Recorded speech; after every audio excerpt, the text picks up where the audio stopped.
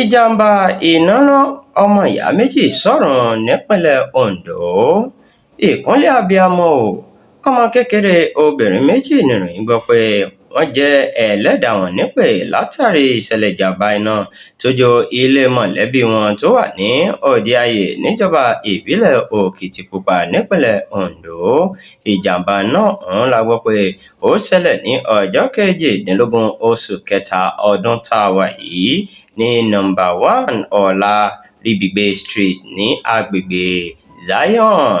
Gẹ́gẹ́ bí àtẹ̀jáde tí alukoro fún iléeṣẹ́ ọlọ́pàá ìpínlẹ̀ náà DSP Àbáyọ̀mí Jimoh bu ọwọ́ lù ṣe sọ, ó ní ìwádìí kíkún ti bẹ̀rẹ̀ báyìí láti lè mọ ohun tó ṣokùnfà ìṣẹ̀lẹ̀ ìjàmbá iná tó mú ẹ̀mí ọmọ kékeré méjì tí orúkọ wọn jẹ́ Queen Onwo ẹni ọdún 6 àti Evelyn Onwo ọmọ ọdún 4 tí wọ́n jẹ́ ọmọ Mr. and Mrs. Onwo Peter lọ.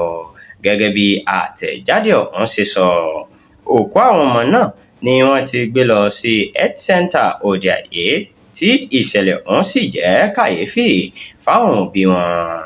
Ó fi kún ọ̀rọ̀ rẹ̀ pé ó ṣeéṣe kó jẹ́ pé àìnífura lásìkò tí wọ́n ń dáná ló mú kí ìṣẹ̀lẹ̀ ìjàmbá iná ọ̀hún ṣẹlẹ̀.